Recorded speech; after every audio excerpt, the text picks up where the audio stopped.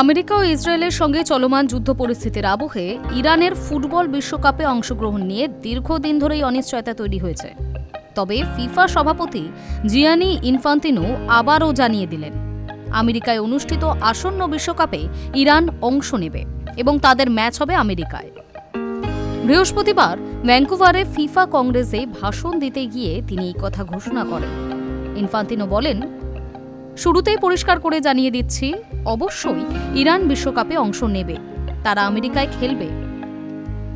উল্লেখ্য, আগামী বিশ্বকাপ যৌথভাবে আয়োজন করবে কানাডা, আমেরিকা ও মেক্সিকো। 48 দলের এই প্রতিযোগিতায় দল, কোচিং স্টাফ ও আধিকারিকদের একাধিক দেশে যাতায়াত করতে হবে। ফলে ভিসা জটিলতা বা কূটনৈতিক টানাপোড়েন কিছু দেশের ক্ষেত্রে সমস্যার কারণ হতে পারে বলেই মনে করা হচ্ছে। ইরান ইতিমধ্যেই এশিয়ান বাছাই পর্বে গ্রুপ শীর্ষে থেকে টানা চতুর্থবার বিশ্বকাপে জায়গা নিশ্চিত করেছে। তারা রয়েছে গ্রুপ জিতে, যেখানে প্রতিপক্ষ বেলজিয়াম, মিশ্র এবং নিউজিল্যান্ড। সূচি অনুযায়ী ইরানের 3টি গ্রুপ ম্যাচের মধ্যে 2টি হবে লস অ্যাঞ্জেলেসে এবং 1টি সিয়াটলে। তবে ইরানের অংশগ্রহণ ঘিরে বিতর্কও রয়েছে। তেহরান যুক্তরাষ্ট্রের নির্ধারিত ম্যাচ অন্যত্র সরানোর অনুরোধ জানালেও তা নাকচ করে দিয়েছে ফিফা। তারা জানিয়েছে নির্ধারিত সূচি বহাল থাকবে। উল্লেখ্য, ইরান ফুটবল ফেডারেশনের প্রতিনিধিত্বকারী 3 সদস্যের একটি প্রতিনিধি দল ফিফা কংগ্রেসে যোগ দিতে মঙ্গলবার টরন্টো পৌঁছালেও শুরুতেই জটিলতার মুখে পড়তে হয় তাদের। প্রতিনিধি দলের এক সদস্যকে কানাডায় প্রবেশের অনুমতি দেওয়া হয়নি। এর প্রতিবাদে বাকি 2 সদস্য ওই সম্মেলনে যোগ না দিয়ে ফিরে যাওয়ার সিদ্ধান্ত নেয়।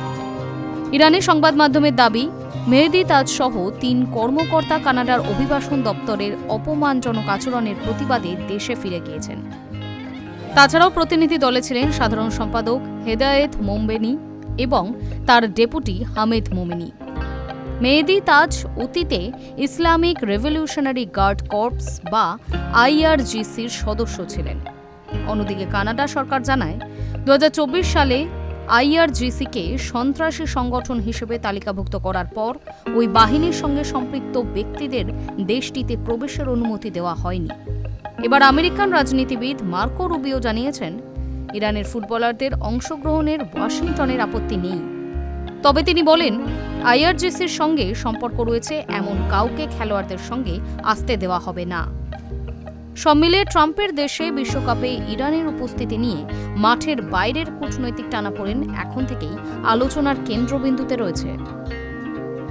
High News network.